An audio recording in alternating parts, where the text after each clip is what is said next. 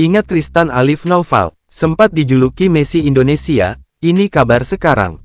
Sosok Tristan Alif, sempat digadang-gadang akan menjadi Messi Indonesia. Kala itu, ia pun mendapat sorotan oleh masyarakat luas dan kerap diliput berbagai media. Lantas, bagaimana kabarnya sekarang? Melansir akun Instagramnya, Tristan tampak aktif membagikan kegiatan sehari-harinya.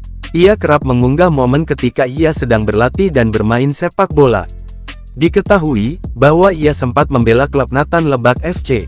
Nathan Lebak FC sendiri merupakan klub yang bermain di Liga 3 yang berasal dari Lebak, Banten. Diduga, kini Tristan membela tim Persikota Tangerang, yang juga berlaga di Liga 3. Melansir tribunnews.com, Tristan Alif mulai dikenal setelah aksi skill individunya dalam mengolah si kulit bundar tersebar luas di YouTube pada 2012 silam.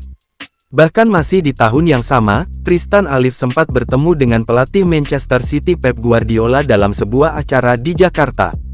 Pep yang saat itu menjalani musim terakhirnya sebagai pelatih Barcelona, terkesan dengan skill yang dimiliki putra dari pasangan Ivan Trianto dan Irma Lansano tersebut. Tristan Alif pun kemudian dijuluki sebagai Lionel Messi Indonesia.